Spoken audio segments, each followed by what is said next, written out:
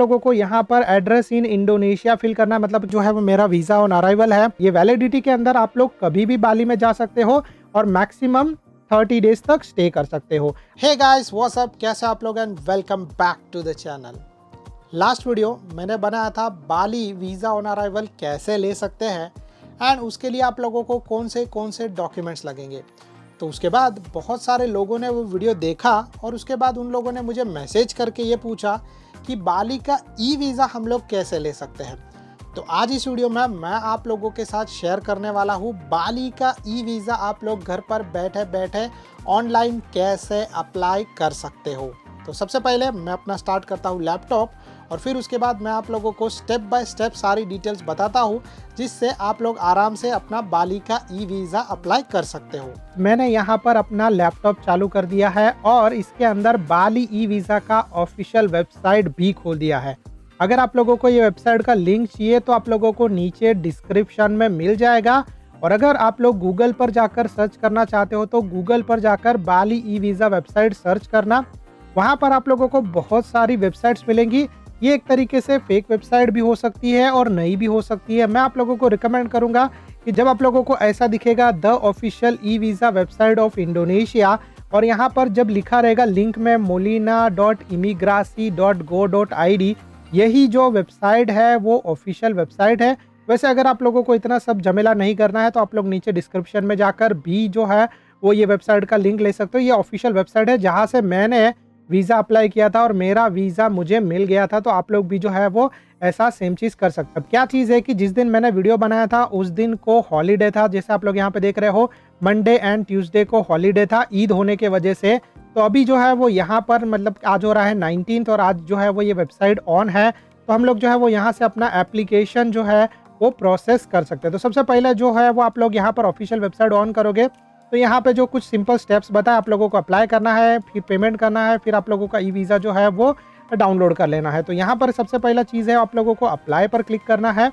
जैसे ही आप लोग अप्लाई पर क्लिक करोगे यहाँ पर आप लोगों को दूसरा पेज आएगा और यहाँ पे लिखा रहेगा I am travelling on the passport from. तो अपना जो कंट्री है वहाँ पर अपने को जो जहाँ का अपना पासपोर्ट है, तो हम लोग इंडिया से है तो डेफिनेटली आप लोगों का जो पासपोर्ट है वो इंडियन है। तो यहाँ पे बस इंडिया सर्च करना है तो इंडिया आ जाएगा। नेक्स्ट चीज़ जो है वो the main purpose of my visit to Indonesia. तो आप लोगों को यहाँ पर ऑप्शंस चूज़ करने हैं। वैसे तो यहाँ पर जो है वो बहुत सारे ऑप्शंस आएंगे, बट इसके अंदर जो अपना मेन पर्पस आता है वो आता है जनरल, फैमिली एंड सोशल के अंदर। तो जैसे आप लोग इसके ऊपर क्लिक करोगे अनदर जो है वो एक ऑप्शन ओपन हो जाएगा। इसके अंदर आप लोगों को अपना सब पर्पस या फिर सब कैटेगरी चूज करना है। तो अपना जो सब कैटेगरी है वो है tourist, family visit and transit. तो यहाँ पर भी और भी बहुत सारे ऑप्शंस है, बट अपना जो है वो मोस्टली टूरिस्ट है। तो यहाँ पर हम लोग टूरिज्म क्लिक करेंगे। फिर इसके बाद जो है वो यहाँ पर ऑप्शन आएगा कि आप लोगों को जो है वो कौन से तरीके का वीज़ा चाहिए। तो यहाँ पर अगर आप लोग देखोगे तो आप लोगों को बहुत सारे ऑप्शन मिलेंगे। लाइक पहला जो है वो tourist single entry visitor visa. तो अगर आप लोग किसी को विजिट करने जा रहे हो तो डेफिनेटली आप लोग ये ऑप्शन चूज कर सकते हो। दूसरा है B1 tourist visa, visa on arrival. तो हम लोगों को जो है वो ये B1 वीज़ा चाहिए। इसके अलावा अगर आप लोग ऐसा सोचते हो कि आप लोग जो है वो बाली में मल्टीपल टाइम जा सकते हो, लाइक एक साल के अंदर आप लोगों को 2 या 3 विजिट करना है, सो डेफिनेटली आप लोग ये D1 multiple entry tourist visa के लिए जा सकते हो। या फिर अगर आप लोग सोचते हो कि आप लोग 5 साल के अंदर फिर से 2-3 बार जाने वाले हो तो आप लोग ये 5 साल का वीज़ा भी अप्लाई कर सकते हो। बट क्या है ना कि इन दोनों का जो फीस है वो डिफरेंट है कंपेयर टू दिस वन। तो हम लोग जो है वो मोस्ट प्रोबेबली साल के अंदर या फिर 2-3 साल या नेक्स्ट 5 ईयर्स के अंदर एक ही बार बाली में जाने वाले हैं। तो इसीलिए मैं यहाँ पर चूज करने वाला हूँ B1 tourist visa on arrival. तो जैसे हम लोग यहाँ पर क्लिक करेंगे अपना जो है वो ऑप्शन आएगा कि I am planning to stay. तो आप लोग कितना दिन तक यहाँ पर स्टे करने का प्लान कर रहे हो। तो वैसे तो नॉर्मल 30 डेज़ का ही ऑप्शन है, इसके अलावा दूसरा कोई ऑप्शन नहीं है जैसे आप लोग देख रहे हो। तो आप लोगों को 30 डेज़ चूज करना है। तो यहाँ पर एक और चीज़ अनाउंसमेंट लिख कर आ रहा है कि B1 वीज़ा, तो उसके लिए वैलिड कंट्री कौन सी है जो लोग इसके लिए अप्लाई कर सकते हैं। तो इंडिया जो है वो ये B1 कैटेगरी के अंदर आती है। तो डेफिनेटली आप लोग ये B1 वीज़ा अप्लाई कर सकते हो। अभी जो है वो नेक्स्ट चीज़ आप लोगों को करना है डिटेल एंड अप्लाई। तो जैसे आप लोग यहाँ पर क्लिक करोगे आप लोगों को जो है वो ये यहाँ पर एक छोटा सा नोटिफिकेशन आएगा पॉपअप। तो पॉपअप के अंदर लिखा है कि आप लोगों का जो ये वीज़ा है वो मैक्सिमम 30 डेज़ के लिए है, और अगर आप लोगों को चाहिए तो आप लोग अनदर 30 डेज़ भी एक्सटेंड कर सकते हो। मतलब बाली में आप लोग ये वीज़ा के बेस पर मैक्सिमम 60 डेज़ यानी कि 2 महीने तक रुक सकते हो। इसका जो कॉस्ट है वो है इंडियन रुपया के अंदर 500,000 मतलब 5 लाख रुपया। और इसका अगर हम लोग कन्वर्जन करेंगे तो जाएगा समवेयर अराउंड 2500 रुपीज़ के आसपास। वैसे तो इसका फ़ीस है नॉर्मली $33 तो $33 को जिस हिसाब से भी कन्वर्ट करेंगे उस हिसाब से यहाँ पे इसका रेट आ जाएगा।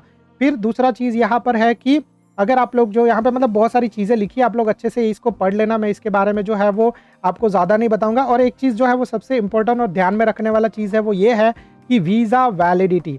तो जैसे अगर आप लोग आज वीज़ा अप्लाई करते हो तो ये वीज़ा का वैलिडिटी आज से लेकर नेक्स्ट 90 डेज़ तक वैलिड रहता है या फिर 89 डेज़ तक। मतलब फॉर एग्जांपल आज अप्लाई किया और आज ही आप लोगों का ये वीज़ा आ गया तो आज से लेकर जो है वो 90 डेज़ मतलब पकड़ लो 3 महीने तक इसकी वैलिडिटी है। ये वैलिडिटी के अंदर आप लोग कभी भी बाली में जा सकते हो और मैक्सिमम 30 डेज़ तक स्टे कर सकते हो। अगर आप लोगों को एक्सटेंड करना है तो डेफिनेटली आप लोगों को बाली में जाने के बाद वहाँ पर ब्यूरो ऑफ इमिग्रेशन का ऑफिस रहेगा, वहाँ पर जाने के बाद आप लोग कुछ एक्स्ट्रा अमाउंट देने के बाद 30 डेज़ तक एक्स्ट्रा और रुक सकते हो।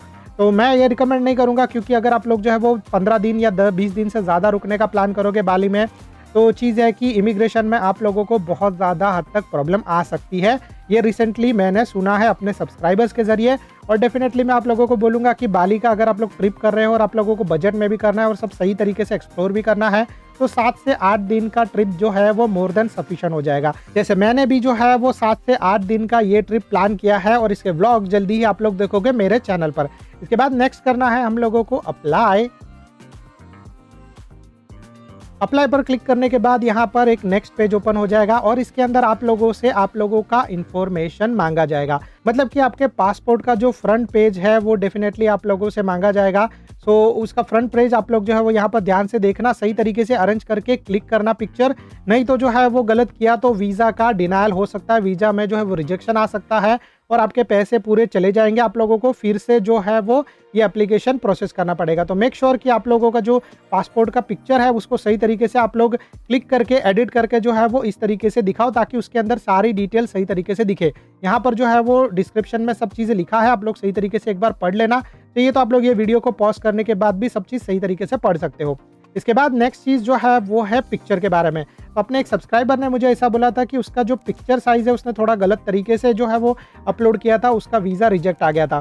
तो आप लोग भी जो है वो इस चीज़ के बारे में ध्यान देना कि जब आप पिक्चर अपलोड करोगे तो सही तरीके से पिक्चर अपलोड करो जैसे यहाँ पर दिख रहा है वैसे, ताकि आपका वीज़ा जो है वो अप्रूव हो जाए, रिजेक्ट ना हो। मैंने ये सब चीज़ ऑलरेडी करके रखा था, बट यहाँ पर जो है वो मैं आपको ये बता रहा हूँ ताकि आप लोग जो है वो सही तरीके से प्रोसेस करो, आप लोगों का वीज़ा जो है वो अप्रूव हो जाए। तो पहले ये चीज़ें मैं अपलोड कर देता हूँ, फिर उसके बाद हम लोग जाएंगे नेक्स्ट पेज पे। नेक्स्ट पेज पे यहाँ पर हम लोग जो है वो एप्लीकेशन फॉर्म जो है वो सही तरीके से फिल करेंगे। तो आपके रेफरेंस के लिए मैंने यहाँ पर अपने जो है वो पासपोर्ट और पिक्चर जो है पासपोर्ट साइज पिक्चर मैंने वहाँ पे अपलोड कर दिया। इसके बाद हम लोग आए हैं यहाँ पर नेक्स्ट पेज पे ऊपर। तो नेक्स्ट पेज में यहाँ पर आप लोगों का एक्टिविटी क्या है, तो यहाँ पे डेफिनेटली हम लोगों ने चूज़ किया था एज अ टूरिस्ट पर्पस। आप लोगों का वीज़ा है B1, आप लोगों का लेंथ ऑफ स्टे रहेगा 30 डेज़। आप लोग किस तरीके से पेमेंट करने वाले हो, क्रेडिट कार्ड, डेबिट कार्ड।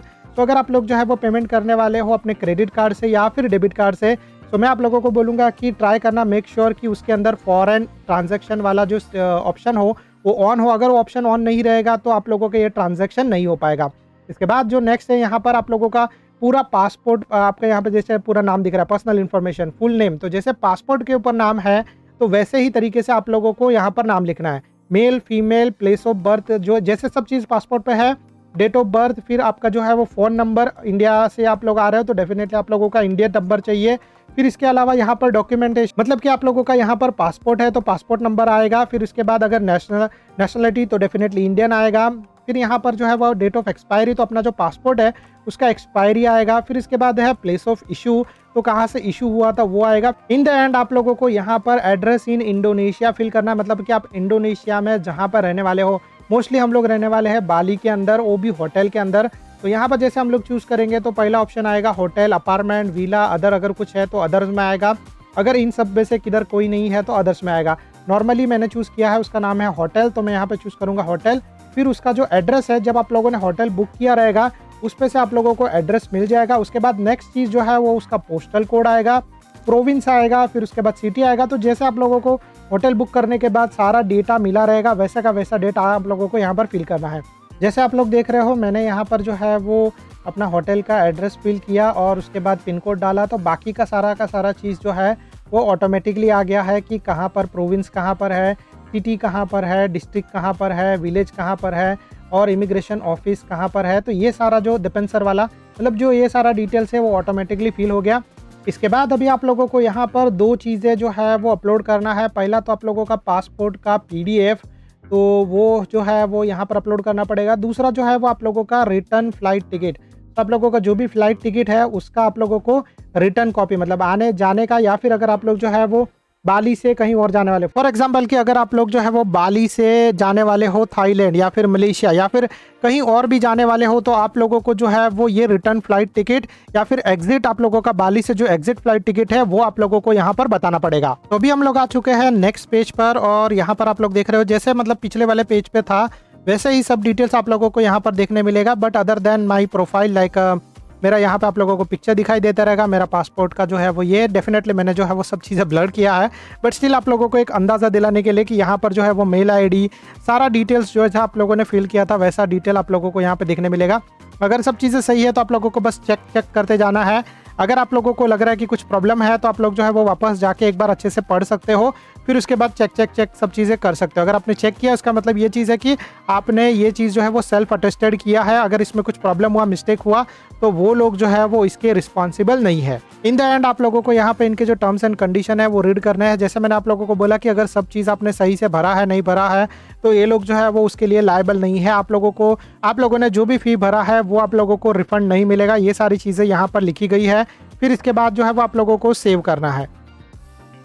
तो फाइनली सब चीज़ करने के बाद यहाँ पर आप लोगों का वीज़ा एप्लीकेशन जो है वो फाइनल ऐसे आ जाएगा।